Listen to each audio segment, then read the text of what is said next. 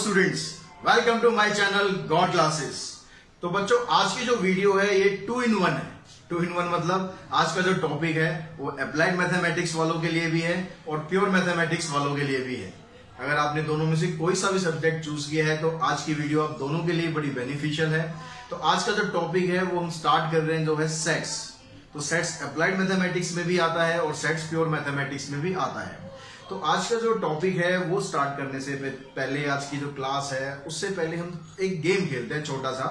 कोई ज्यादा ऐसा मुश्किल गेम नहीं है, टेंशन मत लो, सिंपल सा गेम है। कुछ नाम मुझे लिखने हैं, कुछ नाम आपको लिखने हैं, फिर देखते हैं कि वो नाम हमारे आपस में मैच करेंगे या नहीं करेंगे। तो देखो, मैंने यहाँ पर कुछ आपके लिए एग्जाम्पल लिखे हुए हैं, तो हम कोशिश करते हैं, आप भी वीडियो पॉज करो और नाम लिखने की कोशिश करो। सबसे पहले हम लिखते हैं ऑल कलर्स ऑफ रेनबो। तो ऑल कलर्स ऑफ रेनबो कौन कौन से होते हैं आपको पता होगा भाई। एक तो रेड हो गया, ऑरेंज होता है, ठीक है, मुझे याद नहीं है जरा ढंग से, तो बता देना कहीं मैं गलती कर रहा हूं। तो रेड हो गया, ऑरेंज हो गया, येलो हो गया और ग्रीन। तो येलो, ग्रीन, ग्रीन के अलावा फिर ब्लू हो गया और ब्लू के अलावा इंडिगो और वायलेट। यही कलर होते हैं मेरे ख्याल, 7 कलर होते हैं रेनबो के अंदर। सातों आपने लिख लिए होंगे। और उसके बाद फिर हम लिखते हैं कि यहाँ पर मोस्ट ब्यूटीफुल कलर। तो मेरे हिसाब से मैं अगर इनमें से चूज करूं तो मेरे को सबसे अच्छा कलर जो इसमें लगता है वो वायलेट है, ठीक है, मैंने ये लिख लिया। उसके बाद हमारे पास है name the teams of IPL 2020। जो 2020 आईपीएल होने वाला है तो उसमें कौन कौन सी टीम पार्टिसिपेट करेंगी, सारी आपको पता होंगी। हम कुछ यहाँ से 2-3 लिख लेते हैं, जैसे मुंबई इंडियंस होगी और चेन्नई सुपर किंग हो गई, रॉयल चैलेंजर्स बेंगलुरु हो गई, दिल्ली डेयरडेविल्स हो गई। तो इस तरह की जितने भी टीम्स हैं वो हम यहाँ पर के 8 टीम्स पार्टिसिपेट करती है नॉर्मली। तो वाटर टीम हमने लिख ली। और उसके बाद फिर हमारे पास आता है कि best team of IPL. What is best team of IPL? तो बेस्ट टीम ऑफ आईपीएल मेरे हिसाब से मैं यहाँ पर लिखता हूँ मुंबई इंडियंस। अब हम देखते हैं कि क्या भाई ये जो गेम हमने खेला है, कि हमारा जो गेम है ये आपस में मैच कर रहा है नहीं कर रहा। तो हम पहले अपना आंसर देखते हैं। यहाँ पर हमने लिखा है ऑल कलर्स ऑफ रेनबो। तो ये जो कलर मैंने लिखे हैं, आपने भी शायद यही कलर लिखे होंगे। हो सकता है कि आपने इंडिगो पहले लिख दिया हो, ब्लू बाद में लिखा हो, वायलेट पहले लिख दिया हो, ये हो सकता है। लेकिन जो कलर्स हैं यहाँ पर हमारे बिल्कुल मैच कर रहे नहीं कर रहे। ऐसे ही अगर हम यहाँ पर name the teams of IPL 2020 लिखेंगे तो कुछ हमने यहाँ पर टीम लिखी है। आगे भी हम इसको प्रोसीड करें तो जो टीम आप लिखेंगे, क्या वही टीम मैं यहाँ पर लिखूंगा ना, बिल्कुल एग्जैक्ट आएगा। वही फिर बात है कि ऑर्डर आप आगे पीछे जैसे मर्जी कर सकते हैं, उससे कोई दिक्कत नहीं हमें। मतलब है कि जो मैं यहाँ लिखूंगा वही हमारा आना चाहिए। तो हमारे दोनों की यहाँ पर मैचिंग हो रही है, तो बहुत अच्छी बात है, सही चल रहे हैं बिल्कुल। यहाँ पर आते हैं, यहाँ पर लिखा हमने मोस्ट ब्यूटीफुल कलर, मैंने लिखा वायलेट। आपने भी क्या ये लिखा है? हो सकता है कि आपने भी यही कलर लिखा हो, लेकिन हो सकता है एग्जैक्ट नहीं है। हो सकता है कि आपने इनमें से 7 में से कोई और कलर चूज किया हो। आपकी अपनी इंडिविजुअल चॉइस है कि आपको कौन सा कलर अच्छा लगता है। तो ऐसे हम आते हैं यहाँ पर बेस्ट टीम ऑफ आईपीएल हो। What is the best team of IPL? Best team क्या है? बेस्ट टीम है भाई मुंबई इंडियंस ने अब तक 4 बार आईपीएल जीता है, तो बेस्ट टीम है। लेकिन भाई चेन्नई सुपर किंग के सपोर्टर भी बहुत ज्यादा है। तो चेन्नई सुपर किंग लगभग सबसे ज्यादा बार मेरे ख्याल फाइनल में पहुंची है, यानी कंटिन्यूअसली जो परफॉर्मेंस है कंसिस्टेंट है, तो वो भी बेस्ट टीम की दावेदार हो सकती है। और रॉयल चैलेंजर्स बेंगलुरु का क्या, आज तक आईपीएल नहीं जीता है, लेकिन फेवरेट टीम है बॉस, बहुत लोगों की फेवरेट टीम है। कौन सी? Royal challengers Bengaluru. विराट कोहली इसके कैप्टन है, तो उसने आईपीएल नहीं जीता, लेकिन फैन फॉलोइंग बहुत जबरदस्त है, तो वो भी बेस्ट टीम हो सकती है।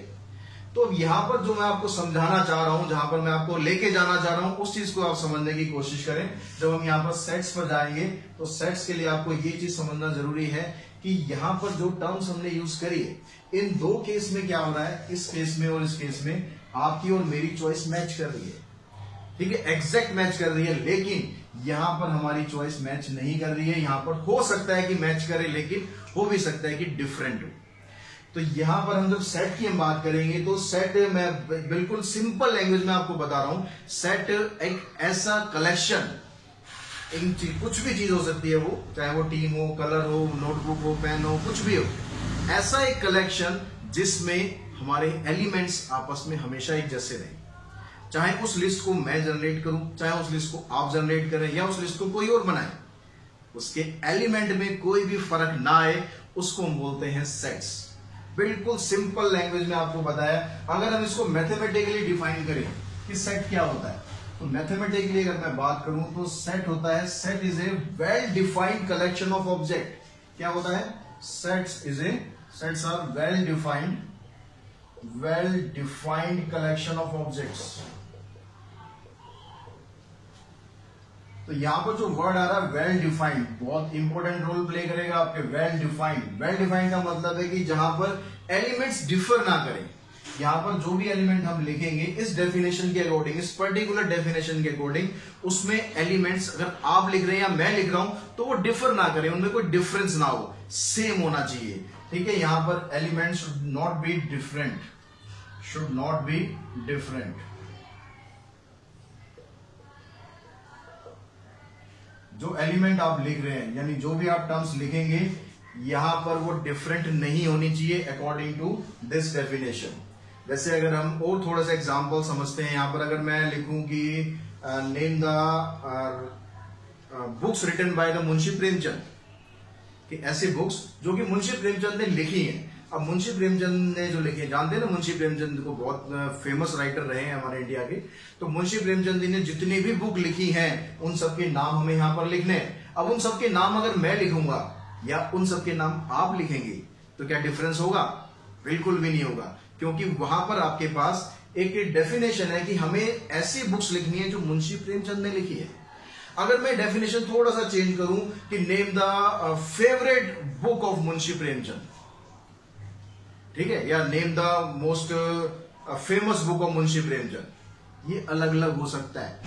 ठीक है, बहुत सी ऐसी बुक है मुंशी प्रेमचंद जी की जो बहुत फेमस है, और अब अलग अलग चॉइसेस है। आपकी बुक, आपकी चॉइस अलग हो सकती है, मेरी चॉइस अलग हो सकती है।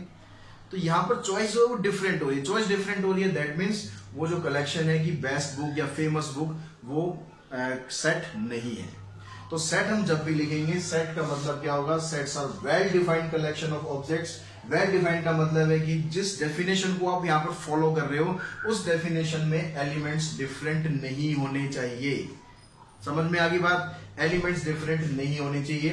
दूसरी बात की, जो सेट्स में आप एलिमेंट लिखेंगे, यानी सेट्स में जो आप ऑब्जेक्ट्स लिखते हैं, उन ऑब्जेक्ट्स को हम क्या बोलते हैं? Objects written in the set is called elements और members.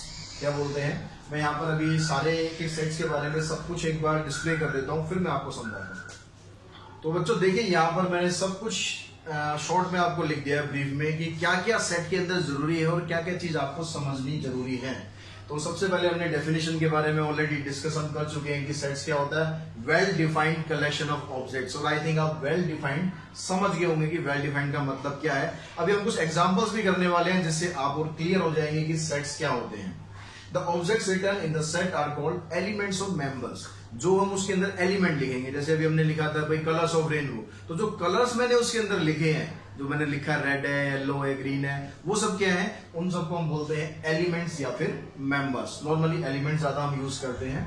Sets are usually denoted by capital letter of English alphabet. जब भी हम सेट को डिनोट करेंगे तो सेट को डिनोट करने के लिए हम कैपिटल लेटर्स का यूज करते हैं, इंग्लिश अल्फाबेट्स के। And elements of set enclose with in the braces. बहुत इंपॉर्टेंट चीज है। बहुत से बच्चे यहां पर गलती करते हैं, आंसर सही दे देते हैं, लेकिन गलती क्या करते हैं कि जब आप एलिमेंट्स को लिखोगे सेट्स में, तो उन सभी एलिमेंट्स को हमेशा में ब्रेसेस के अंदर लिखना है। ब्रेसेस क्या है? यहाँ पर कुछ नई चीज नहीं है भाई, नाम चेंज है बस। ब्रेसेस आप यूज करते आ रहे हो मिडिल ब्रैकेट। मिडिल ब्रैकेट बनाते हैं ना ऐसे करली सी, वो बड़ी मुश्किल से बनती है, मेरे से तो कभी सही से बनती नहीं है। तो थोड़ा थोड़ा लुक लाइक मतलब ऐसे होना चाहिए। तो मिडिल जो ब्रैकेट है वो आपको यहाँ बनानी है, उसको बोलते हैं, क्या बोलते हैं? ब्रेसेस।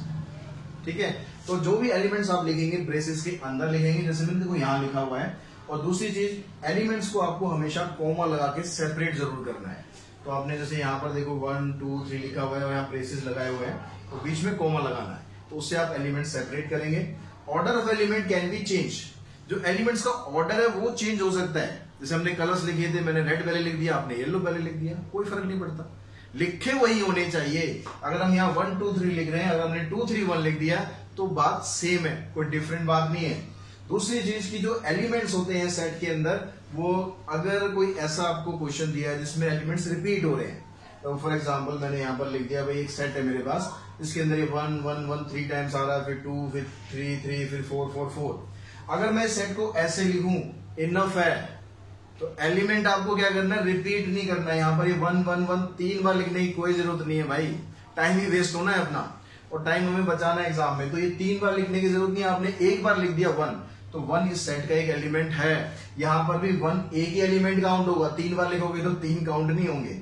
दूसरी चीज यहाँ पर आगे ऐसे 3 3 लिखा है, 4 4 लिखा है, तो आपको उन एलिमेंट्स को एक ही बार लिखना है। तो it is sufficient to list its element only once, यानी एक बार आप लिख देंगे सेट के एलिमेंट बहुत है। मान लो आपके पास कोई वर्ड आ गया, एक मैथमेटिक्स से ले लेते हैं हम, तो मैथमेटिक्स एक वर्ड है, तो इसके अंदर जितने भी अल्फाबेट्स आ रहे हैं उनका आपको सेट बनाना है। तो आप क्या करेंगे, अब यहाँ पे तो सेट हम बनाएंगे तो बारी बारी से अल्फाबेट लिखते जाओ। एम लिख दिया, ए लिखा, कॉमा लगा के सेपरेट जरूर करना है, टी हो गया, एच हो गया, फिर ई हो गया।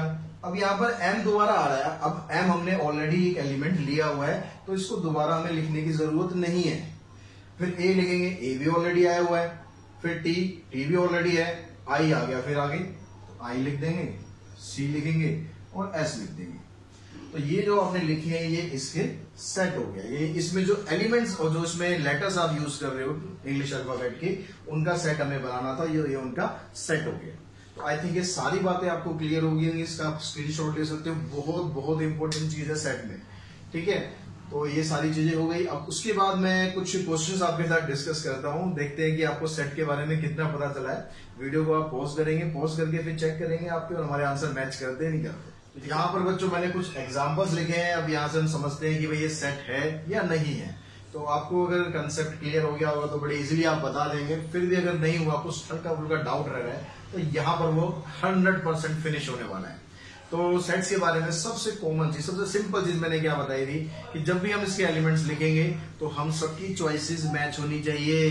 ये नहीं कि आपकी चॉइस हर जगह वही सेम रहे, आपकी चॉइस डिफरेंट हो सकती है। अगर दूसरे की चॉइस डिफरेंट होगी, तीसरे की चॉइस डिफरेंट होगी, तो वो सेट नहीं होगा। सबकी चॉइसेस अगर सेम है तो दैट मीन्स वो सेट है। तो यहाँ पर देखो सबसे पहला क्वेश्चन है, सबसे पहला हमें इसमें से बस आपको ये बताना है सेट है या नहीं है, यस और नो में आंसर देखना है।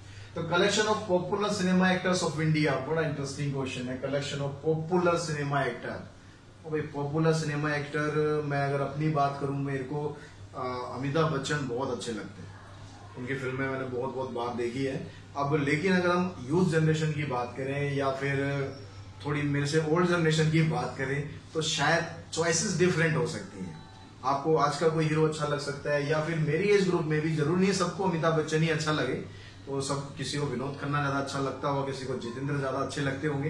तो यहाँ पर क्या चॉइसेस के ऊपर डिपेंड हो रहा है कि कौन ज्यादा पॉपुलर है, ठीक है। पॉपुलर आजकल पॉपुलरिटी कैसे नापते हैं, ट्विटर पे किसके ज्यादा फॉलोअर है, लेकिन जरूरी नहीं है कि जो ट्विटर पे हो बंदा पॉपुलर तो वही हमें पॉपुलर माने।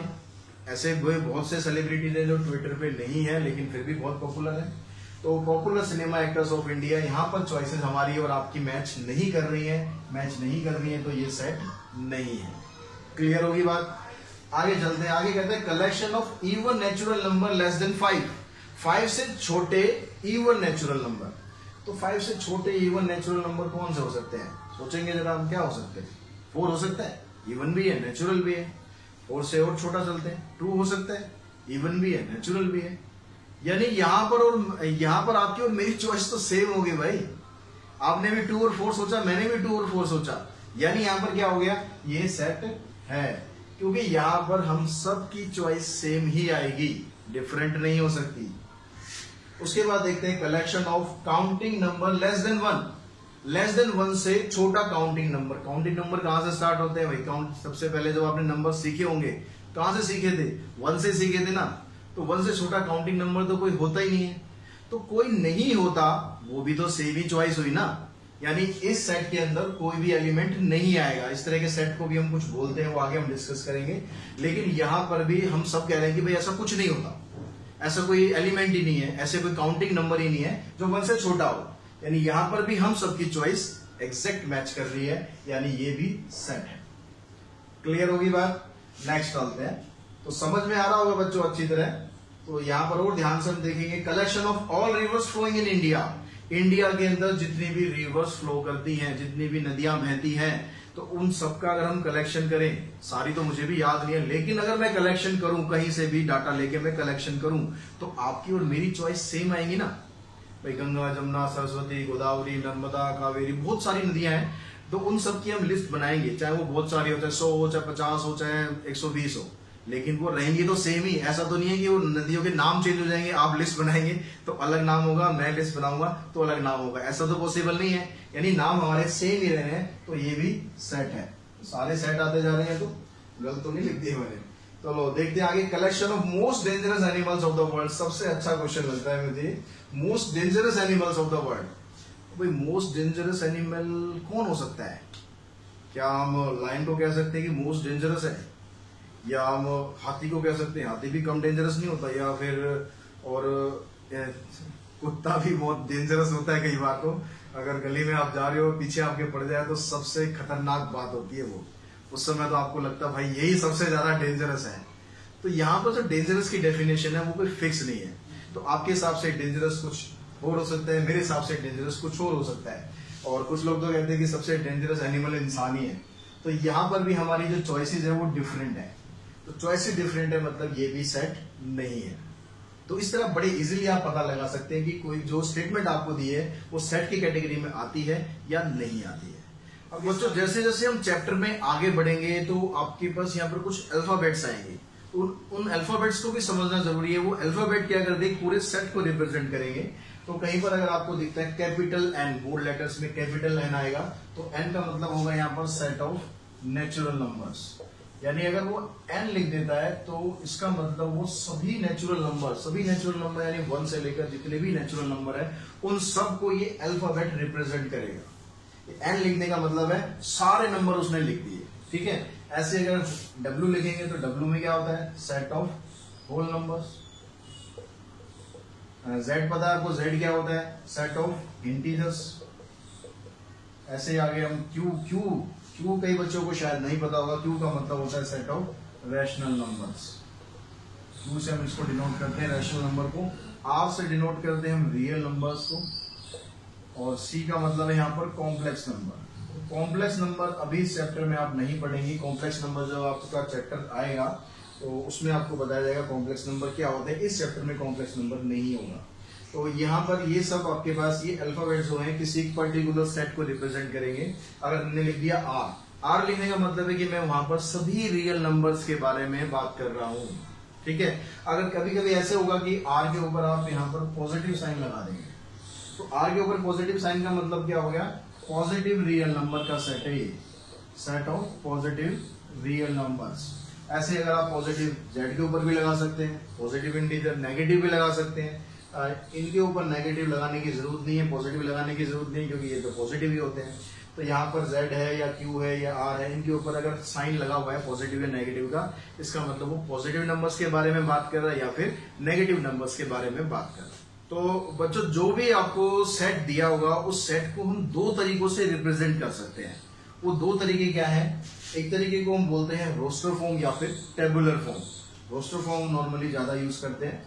ऐसे यहाँ पर सेट बिल्डर फॉर्म और रूल मेथड, यहाँ भी आप सेट बिल्डर फॉर्म ज्यादा यूज करेंगे। मोस्टली बुक्स में यही टर्म्स यूज होती हैं, लेकिन आपको इनके दूसरे नाम भी पता होने चाहिए। अब देखो रोस्टर फॉर्म या टेबुलर फॉर्म क्या होती है, या सेट बिल्डर और रूल मेथड क्या होता है, इसको समझने के लिए हम ये एग्जाम्पल समझते हैं। यहाँ पर लिखा हमने set of natural number less than 5, कि आपको एक सेट बनाना है जिसमें नेचुरल नंबर होंगे लेस देन 5। तो अगर आप यहाँ पर सेट बनाएंगे तो क्या लिखेंगे, नेचुरल नंबर 5 से छोटे कौन कौन से हो गए, तो 1 हो गया, और फिर 2 हो गया, 3 हो गया और 4 हो गया। बस यही होते हैं नेचुरल नंबर। तो अब यहाँ पर क्या करना है, क्योंकि आप सेट लिख रहे हैं तो क्या ध्यान रखना, हमेशा आपको कॉमा से आपने सेपरेट किया, ब्रेसेस लगाने।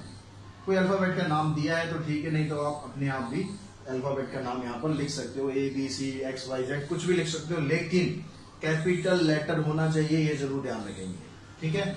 अब सेट बिल्डर फॉर्म की बात करें, इसी को अगर हमें सेट बिल्डर फॉर्म में लिखना है, थोड़ा सा इसके मुकाबले अगर हम समझे तो थोड़ा सा समझना है कि यहाँ पर कैसे आपको लिखना है। तो जैसे यहाँ पर आप यहाँ पर नाम देखो रूल मेथड, तो आपको कोई यहाँ पर रूल लिखना है, आपको कोई यहाँ पर ऐसा रूल लिखना है जो रूल इसको जस्टिफाई करे। तो जब आप रूल लिखेंगे, जैसे आप रूल कैसे लिखेंगे इसको समझने के लिए, जैसे आप अपनी क्लास की बात करें, आपकी क्लास में एक मॉनिटर होता है, वो मॉनिटर क्या करता है, आपकी पूरी क्लास को रिप्रेजेंट करता है ना। ऐसे स्कूल में एकेडमिक हेड होते हैं, मान लो आप head of department of maths की हम बात करते हैं, तो उसमें जो मैथ्स डिपार्टमेंट का जो टीचर है वो क्या करता है, इस पूरे मैथ्स डिपार्टमेंट को लीड करता है या उसको रिप्रेजेंट करता है।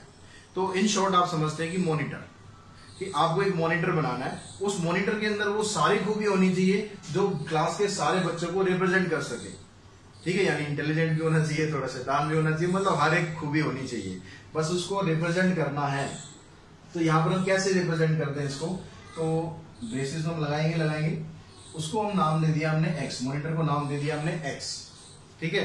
अब उस एक्स को आपको एक्सप्लेन करना है, यहाँ पर आप सेमीकोलन यूज करेंगे। सेमीकोलन का मतलब होता है सच दैट, ठीक है। Semicolon means such that, semicolon लगा सकते हैं या कहीं कहीं पर इस तरह से भी लिखते हैं एक्स और ये वाला सिंबल लगा देते हैं, दोनों का मतलब एक ही है, जैसे मर्जी आप यूज करेंगे। तो यहाँ पर हमें एक्स को डिफाइन करना है कि एक्स क्या है। तो यहाँ पर क्या था, नेचुरल नंबर था ना सेट, तो एक्स क्या है कि एक्स तो नेचुरल नंबर है। ये साइन होता है बिलोंग्स टू का, बिलोंग्स टू मतलब जो एलिमेंट सेट में आ रहा है या नहीं आ रहा है। जैसे अगर आपने यहाँ पर लिखा कोई इस सेट लिखा आपने 1 2 3, तो अगर मैं इसमें 2 की बात करता हूँ कि 2 इस सेट के अंदर एलिमेंट आ रहा है या नहीं आ रहा है, तो मैं लिखूंगा ऐसे 2 बिलोंग्स टू, इस सेट का नाम ए हो गया, 2 बिलोंग्स टू ए, क्या बोलते हैं इसे, बिलोंग्स टू। अगर यहाँ पर 4 की बात करते हैं कि 4 इस सेट में आ रहा है नहीं आ रहा, तो 4 डजंट बिलोंग्स टू ए, ठीक है। अगर बिलोंग्स टू के ऊपर क्रॉस का साइन लगा देंगे, मतलब डजंट बिलोंग्स टू ए, 4 इस सेट में नहीं आ रहा है, तो इसका मतलब होता है बिलोंग्स टू। तो यहाँ पर क्या कह रहा है कि एक्स हो गया, एक्स हमने रिप्रेजेंट कर दिया। एक्स क्या है, एक्स यहाँ पर एक नेचुरल नंबर है, लेकिन क्या इतना लिखना काफी है? नेचुरल नंबर तो भाई बहुत सारे हो गए ना, अगर हमने एन लिख दिया तो सारे नेचुरल नंबर के बारे में बात कर रहा है। तो हमें क्या करना है, यहाँ पर इसको लिमिटेड करना है। लिमिटेड कहां तक करना है, set of natural number less than 5। तो लेस देन 5 को हम कैसे रिप्रेजेंट कर सकते हैं कि भाई एक्स की वैल्यू 1 से लेकर कहां तक है, 4 तक है, ऐसे लिख सकते हैं। क्योंकि नेचुरल नंबर में 4 के बाद 5 आना, 5 हमें लेना नहीं है क्योंकि 5 से छोटा है। तो x की वैल्यू क्या है, x ग्रेटर देन और equals to 1 less than equals to 4। इसको हमेशा से बीच में से रीड करना है आपको। तो x की वैल्यू 1 हो सकती है या 1 से बड़ी हो सकती है, कहां तक, 1 के बाद 2 हो सकता है, 3 हो सकता है और 4 हो सकता है।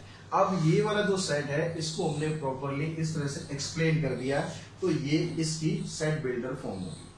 क्लियर होगी बात?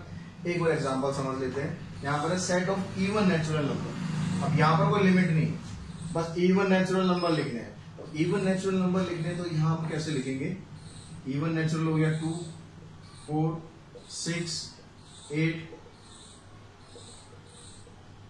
अब आगे क्योंकि आपके पास ऑप्शन नहीं है, आप यहाँ पर तो लिखते जाओगे इन्फिनिटी तक, क्योंकि यहाँ पर कोई लिमिट तो आपको दी नहीं है।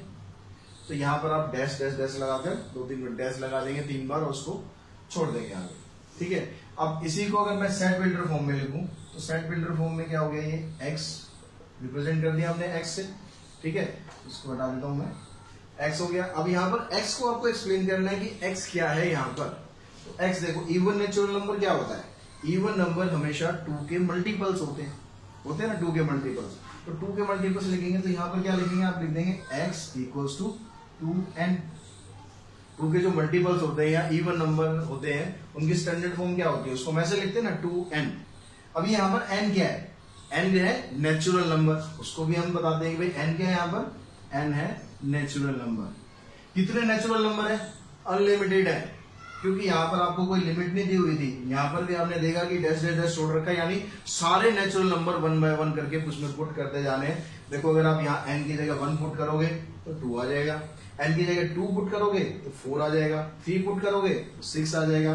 तो इस तरह से ये कंटिन्यूसली चलता रहेगा और लास्ट में इसको बेसिस से क्लोज भी करना है। तो ये होती है हमारी सेट रोस्टर फॉर्म या टेबुलर फॉर्म, और ये होती है सेट बिल्डर फॉर्म। तो बच्चों सेट के जो बेसिक्स है उनके बारे में काफी कुछ आपको मैंने बता दिया और आई होप आपको समझ आ गया होगा। अब हम बात करते हैं आगे सेट किस किस टाइप के होते हैं। तो डिफरेंट टाइप्स होती है सेट्स की। तो सबसे पहले जो हम बात कर रहे हैं वो है एम्प्टी सेट। एम्प्टी मतलब खाली, कुछ भी नहीं है। तो सेम यहाँ पर वही है, ये set which doesn't contain any element is called empty set. यानी कोई भी ऐसा सेट जिसके अंदर कोई एलिमेंट ही ना आए, कोई एलिमेंट ना आए तो उसको हम बोलते हैं एम्प्टी सेट। या फिर उसको आप बोल सकते हैं नल सेट या वाइड सेट। ये तीनों एक ही सेट के नाम है, एम्प्टी सेट, नल सेट या फिर void set, and it is denoted by phi. इसको हम क्या बोलते हैं, फाई। और या फिर आप ये सिंपल बस ऐसे लगा दो, क्या यहाँ पर करली ब्रैकेट मतलब ब्रेसेस लगा दो, और ब्रेसेस के अंदर कुछ भी ना लिखो, तो ये भी नल सेट को रिप्रेजेंट करता है। लेकिन ये थोड़ा सा कंफ्यूजिंग हो जाता है, आपने ब्रेसेस लगा के छोड़ दी तो कई बार कंफ्यूजिंग हो जाता है कि उसके अंदर कोई एलिमेंट आप लिखना चाह रहे थे या नहीं लिखना चाह रहे थे।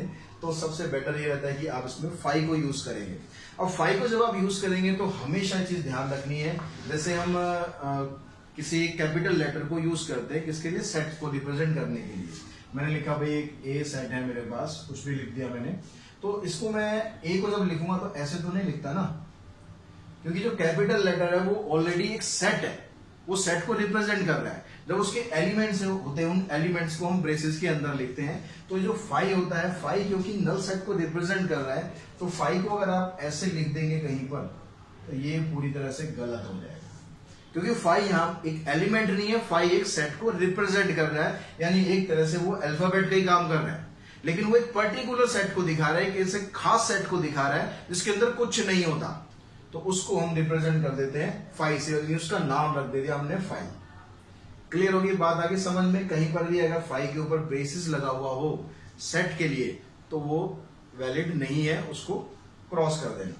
अब यहां पर आप समझ गए होंगे कि एम्प्टी सेट हमने एक एग्जांपल भी किया था कि पीछे की set of natural counting numbers less than 1, क्योंकि 1 से छोटा कोई काउंटिंग नंबर होता ही नहीं है, वो होता ही नहीं है, तो यानी वो क्या है, नल सेट है। अगर हम कहें कि भाई set of even numbers not divisible by 2, ऐसे इवन नंबर जो 2 से डिवाइड ना हो, तो वो भी पॉसिबल नहीं है, क्योंकि जो 2 से डिवाइड हो गए वो तो इवन नंबर ही होते हैं ना। तो इस तरह की कोई भी स्टेटमेंट अगर आपको दी है जहां पर आप कोई भी एलिमेंट नहीं निकाल सकते, तो वो हो जाएगा हमारा एम्प्टी सेट। अगर उसके अंदर कोई एक एलिमेंट आ जाए, सिर्फ एक element, A set that contain only one element is called a singleton set और यूनिट सेट। अगर आपने कोई ऐसी स्टेटमेंट आपके पास है जिसके अंदर केवल एक ही एलिमेंट आ रहा है, जैसे अगर हम लें set of even prime number, set of even prime number, यानी एक ऐसा सेट जिसके अंदर ऐसे नंबर लिखने जो इवन भी हो और प्राइम भी हो, तो हमारे पास यहां पर सिर्फ और सिर्फ एक एलिमेंट होता है 2, जो कि इवन भी होता है और प्राइम भी होता है, यानी ये जो सेट आपको दिया हुआ ये क्या है, एक सिंगलटन सेट है। ठीक है, क्लियर होगी बात। कुछ और सेट्स भी होते हैं, उसके बारे में और डिस्कस करते हैं। तो स्टूडेंट्स आपके पास अब है आगे थर्ड जो है फाइनाइट सेट। फाइनाइट सेट वैसे आपको उसके नाम से समझ में आ गया होगा कि फाइनाइट मतलब जो काउंटेबल होता है, जिसको आप काउंट कर सकते हो, कि कोई भी एक ऐसा set that contain definite number of different element is called finite set. तो आप उसके अंदर कुछ भी एलिमेंट लिखो, चाहे वो एलिमेंट आपने 10 लिखे हो, 1000 लिखे हो, 100 लिखे हो, कोई ऐसा पैटर्न हो जिसके हिसाब से हम उसको काउंट कर सकते हैं कि भैया इतने आएंगे, चाहे वो 1000 हो जाए, लेकिन आप उसे काउंट कर सकते हो, तो उसको हम बोलेंगे फाइनाइट सेट। दूसरी चीज हमेशा ध्यान रखिए कि जो एम्प्टी सेट होता है वो फाइनाइट सेट होता है। एम्प्टी सेट का मतलब क्या हो गया, उसके अंदर कुछ नहीं है, कुछ नहीं है मतलब उसकी अगर काउंटिंग करेंगे तो क्या आएगी, 0, तो है तो फिक्स ना वो कि उसके अंदर कुछ नहीं आएगा, तो इसलिए जो फाइनाइट एम्प्टी सेट होता है वो भी एक फाइनाइट सेट होता है। उसके बाद है इनफाइनाइट सेट। इनफाइनाइट सेट मतलब यहाँ पर आपके पास उसका उल्टा कर दो फाइनाइट का, उसके एलिमेंट आप काउंट ही ना कर सको, इतने सारे एलिमेंट है कि आप कुछ भी कर लो, आप उसे काउंट नहीं कर सकते। अगर हम बोलते हैं कि भाई set of even natural number, बस खाली बोले set of even natural number या सेट ऑफ नेचुरल नंबर, अगर सेट ऑफ नेचुरल नंबर लिखेंगे तो कहां से स्टार्ट किया हमने, 1 से स्टार्ट किया, और 1 से स्टार्ट करने के बाद 1 2 3 4 5, इसका एंड है, जितने मर्जी नंबर लिखते जाओ भाई, इसका एंड ही नहीं है कहीं, तो एंड ही नहीं है कहीं, तो इस तरह के एलिमेंट्स हम बोलते हैं, इस तरह के सेट को हम बोलते हैं इनफाइनाइट सेट। अब यहां पर ये चीज थोड़ी सी आप ध्यान रखेंगे कि जितने भी इनफाइनाइट सेट होते हैं उन सभी को आप रोस्टर फॉर्म में नहीं लिख सकते। यहां पर जैसे हमने लिखा कि सेट ऑफ नेचुरल नंबर को मैंने लिख दिया, रोस्टर फॉर्म में लिखा यहाँ पर 1 के बाद 2, 2 के बाद 3, 3 के बाद 4, 4 के बाद 5, लेकिन ऐसा हर जगह जरूरी नहीं है कि आप जो भी इनफाइनाइट सेट होंगे उनको आप रोस्टर फॉर्म में लिख पाएंगे। हाँ, सेट बिल्डर फॉर्म में जरूर आप लिख सकते हैं। फॉर एग्जाम्पल के तौर पे अगर मैं आपसे बात करूं सेट ऑफ रियल नंबर, अगर आप रियल नंबर लिखेंगे तो क्या लिखेंगे, तो आपने लिखा मान लो 1 2 3, अब ये खाली ये रियल कंप्लीट तो नहीं हुए ना, आप इसमें चलो कुछ और ऐड कर दो, आप इसमें डेसिमल वाले नंबर भी ऐड कर दो। अब वो क्या कह रही है, अब कंप्लीट हुआ? अब भी कंप्लीट नहीं होगा। अभी इसमें आप 0 भी ले सकते हो, माइनस में भी ले सकते हो, -2, -3, इस तरह से बहुत सारे नंबर ले सकते हो। लेकिन ये लिखने के बाद भी क्या सारे रियल नंबर आप लिख पाओगे? इसमें नहीं लिख पाओगे बॉस, क्योंकि सारे रियल नंबर लिखने के लिए कोई पैटर्न ही नहीं है। आप 1 के बाद कौन सा नंबर लेने वाले हो? 1 के बाद 2 तो आप लोगे तो नेचुरल हो गया ना, लेकिन जो उसके बीच के नंबर है 1.01, ये भी तो रियल नंबर है। लेकिन मैं अगर लिखूंगी इससे भी छोटा मुझे चाहिए तो 1.001, उससे छोटा भी है 1.00001। तो कैसे आप लिख सकते? लिख ही नहीं सकते, इतने सारे रियल नंबर हैं और रूट वाले नंबर्स भी आ जाएंगे इसके अंदर, तो बहुत सारे नंबर हैं, इनको आप लिख ही नहीं सकते। क्यों? क्योंकि कोई पैटर्न नहीं है। आप रोस्टर फॉर्म में तभी लिख पाओगे जब कोई पैटर्न फॉलो होगा। यहां पर देखो, यहां पर जैसे हमारे पास क्या पैटर्न फॉलो हो रहा है कि एक एक नंबर आप बढ़ाते जा रहे हो। अगर स्टार्टिंग में कोई पैटर्न नहीं हो रहा, आगे जाके कुछ पैटर्न बन जाए, लेकिन कहीं तो बने, कोई पैटर्न तो बने। लेकिन रियल नंबर में तो कोई पैटर्न ही नहीं होगा, उसमें तो बहुत सारे नंबर हो जाएंगे। तो रियल नंबर को आप रोस्टर फॉर्म में नहीं लिख सकते। हाँ, सेट बिल्डर फॉर्म में लिख सकते हैं। वहां पर आपने अपना एक्स दिखा दिया जो सबको रिप्रेजेंट कर रहा है, x belongs to real number, होगी सेट बिल्डर फॉर्म। क्या लिखना है? एक्स लिखा और यहां दिखा दिया x belongs to real number, यानी एक्स क्या है, जितने भी रियल नंबर हैं वो सब। तो आप इसको सेट बिल्डर फॉर्म में हर एक आप सेट को दिखा सकते हो, लेकिन रोस्टर फॉर्म में इनफाइनाइट सेट को नहीं दिखा सकते हो हर जगह। किसी किसी केस में पॉसिबल है जहां पर कोई फिक्स पैटर्न बन जाए। क्लियर होगी बात? अब यहां पर रह जाता है हमारे पास कार्डिनल नंबर। उसको समझते हैं कि कार्डिनल नंबर क्या है।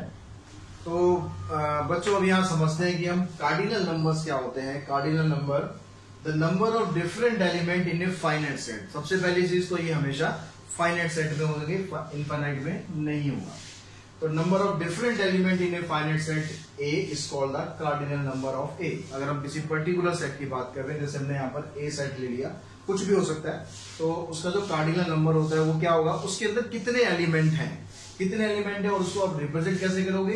It is represented by n, फिर ब्रैकेट में डाल दिया ए, यानी cardinal number of set A. या फिर आप इसको ओ से भी डिनोट कर सकते हो, कहीं कहीं किसी किसी बुक में आपको ओ ए भी मिल सकता है। जैसे आपके पास सेट ए है, इसके अंदर कितने एलिमेंट है? 1 2 3 4 5 एलिमेंट है। तो यहाँ पर एन ए क्या हो गया? एन ए मतलब कार्डिनल नंबर क्या हो गया इसका? हो गया यहाँ पर 5। तो इसके अलावा कुछ यहाँ पर स्पेशल चीजें और आपको मैंने बताई है कि अगर आप किसी एम्प्टी सेट का कार्डिनल नंबर निकालते हो, अब एम्प्टी सेट तो भाई उसमें कुछ होता ही नहीं है, तो कार्डिनल नंबर निकालेंगे क्या? तो उसका कार्डिनल नंबर क्या हो जाएगा? 0 हो जाएगा, क्योंकि उसके अंदर कुछ है ही नहीं। सिंगलटन सेट कौन से होते हैं? जिसके अंदर एक एलिमेंट होता है, तो उसका कार्डिनल नंबर हमेशा क्या आएगा? 1 आएगा। और अगर हम बात करें इनफाइनाइट सेट की, अब इनफाइनाइट सेट तो अभी हमने डिस्कस किया, भाई उसको तो आप काउंट ही नहीं कर सकते हो। इनफाइनाइट वो होता है जिसको आप काउंट ही नहीं कर सकते हो। जिसको आप काउंट ही नहीं कर सकते हो तो उसके एलिमेंट कैसे बताएंगे कि कितने एलिमेंट है? इसलिए ये हमेशा क्या होगा? नेवर डिफाइन या फिर नॉट डिफाइन। तो इस तरह से सेट्स के बारे में जितना भी बेसिक कंसेप्ट था आज की क्लास में हमने वो सब समझा है। तो आप इस सारे कंसेप्ट को बहुत डिटेल में, बहुत अच्छी तरीके से इसको समझिए, प्रैक्टिस कीजिए, इसके क्वेश्चंस आप प्रैक्टिस कीजिए। और अगले क्लास में हम इससे आगे की बात करेंगे कि सेट को, और आगे सबसेट के बारे में बात करेंगे, इक्वल सेट्स क्या होते हैं, इक्विवेलेंट सेट्स क्या होते हैं, ऑपरेशंस कैसे हम यूज कर सकते हैं। ऑपरेशन वो डॉक्टर वाला ऑपरेशन नहीं करता, नंबर्स में जो ऑपरेशंस होते हैं वो कैसे करना है, या फिर वेन डायग्राम हम कैसे बना सकते हैं। तो ये सब चीज 1 बाय 1 हम डिस्कस करेंगे। लेकिन आज का जो बेसिक कंसेप्ट था वो सारा आई थिंक मैंने आपको बहुत अच्छे तरीके से समझाया है, और आपको भी बहुत अच्छे तरीके से समझ में आ गया होगा, ये मेरा पूरा विश्वास है। इंटेलिजेंट बच्चे आप हो, बस आपको क्या करना है, कहने की जरूरत मेरी है नहीं, बार बार अच्छा भी नहीं लगता कहना, आप लोग खुद समझदार हैं कि क्या करना है। तो आज के वीडियो में इतना ही। Thanks to all of you.